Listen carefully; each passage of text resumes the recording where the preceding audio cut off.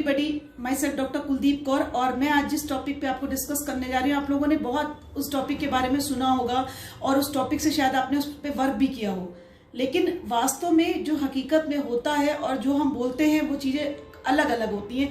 मैंने अपनी लाइफ में वास्तव में एक्सपीरियंस के द्वारा जो भी कह सकते हैं कि मैंने जो सीखा है एक्सपीरियंस के द्वारा सीखा है। कहते नहीं है कि experience is the best teacher of life, कि जो आपने सीखा अपने अनुभव के द्वारा सीखा। और मेरा अनुभव हमेशा खट्टा और मीठा दोनों रहा है। खट्टा और मीठा आप कह सकते हैं कि दो शब्दों का मैं एक साथ कैसे इस्तेमाल कर रही हूँ।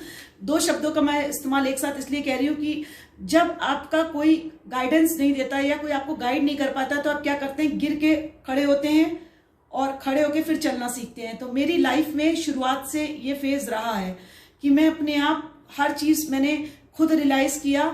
कहते हैं कि जब चीज़ों को खुद परखेंगे, खुद समझेंगे तो बहुत बार गिरेंगे, बहुत बार टूटेंगे। तो लाइफ में मेरी कई बार ऐसे स्टेजेस आए कि मैं बार बार गिरी, बार बार टूटी, बहुत खट्टे अनुभव हुए।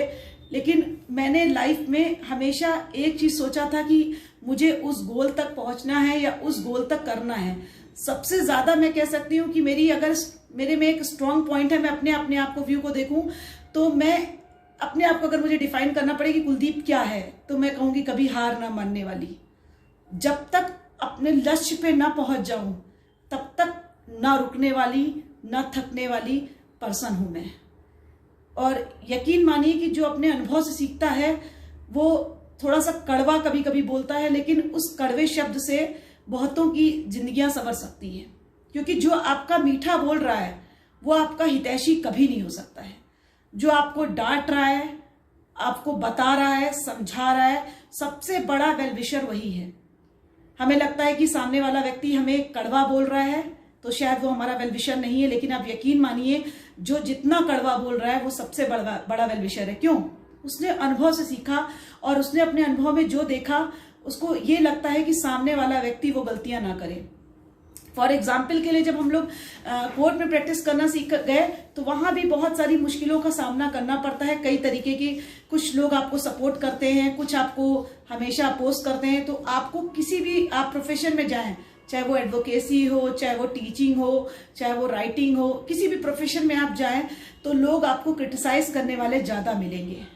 और मेरा मानना है कि आलोचकों का होना बहुत जरूरी है, क्योंकि जो आपको क्रिटिसाइज कर रहा है इसका मतलब कहीं ना कहीं आप में कोई ऐसी क्वालिटी है जिसकी वजह से वो आपको क्रिटिसाइज कर रहा है, जो आपको आगे बढ़ने की प्रेरणा देगा।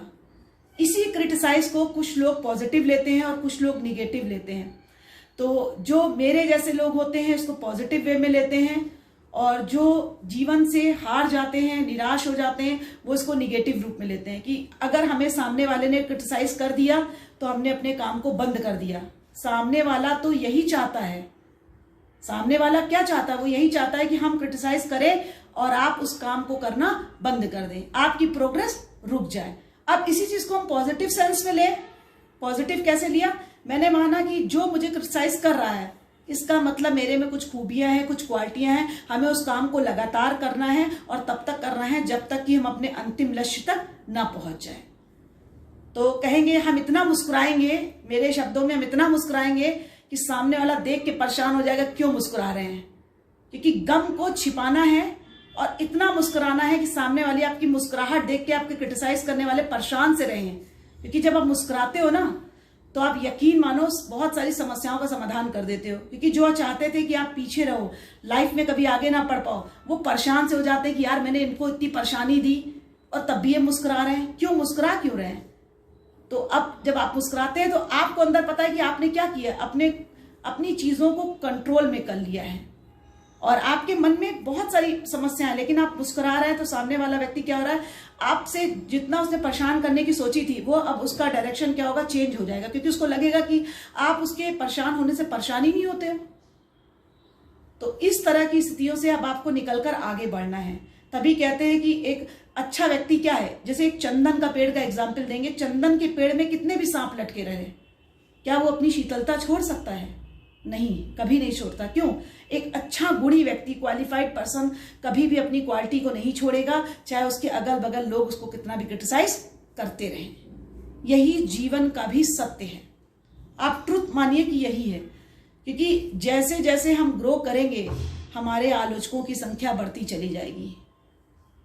आज 1 थे, कल 5 होंगे, परसों 50 होंगे, हो सकता है 500 हो जाए या उससे भी ज्यादा हो जाए। इसका मतलब आपका डायरेक्शन सही चल रहा है, इसीलिए क्रिटिसाइज करने वालों की संख्या बढ़ गई है।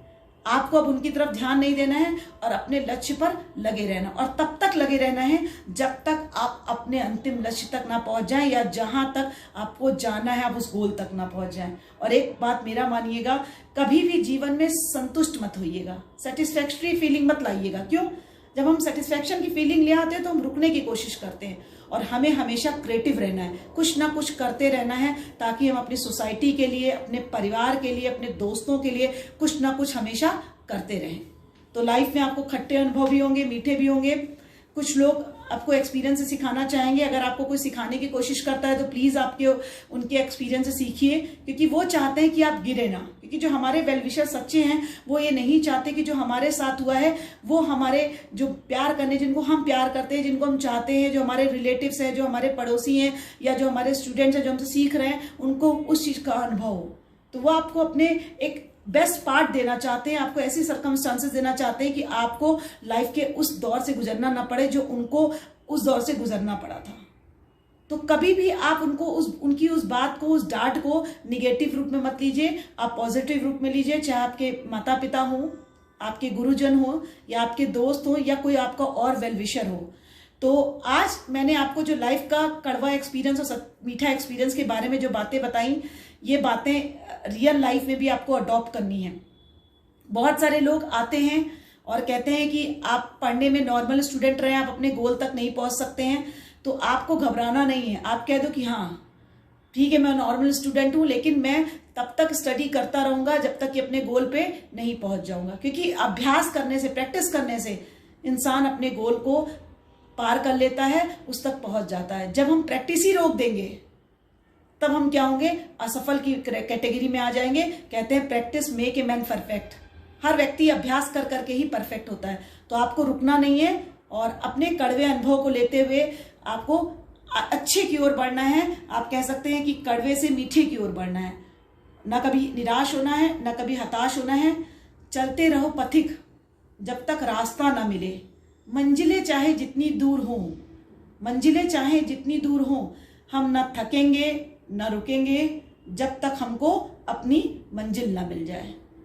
तो इन वाक्यों के साथ अपने शब्दों को, अपनी वाणी को विराम देती हूँ और आशा करती हूँ कि मेरे आज के मोटिवेशनल वीडियो ने भी आपको कुछ सीखने को नई प्रेरणा दी होगी। और जीवन में चाहे सुख हो या दुख हो, खट्टा हो या मीठा हो, आपको आगे बढ़ना है और लाइफ की कठिन परिस्थितियों में बैलेंस बनाते हुए अपने गोल तक पहुंचना है। धन्यवाद। प्लीज अगर आपको मेरी बातें पसंद आई हो तो मेरी बातों को शेयर जरूर करिएगा। हो सकता है आपके एक शेयर से किसी व्यक्ति को प्रेरणा मिले। तो please like, share, subscribe my channel. और थैंक यू मुझे सुनने के लिए। अगली बार फिर एक नेक्स्ट टॉपिक पे आपसे बात करते हुए मिलेंगे।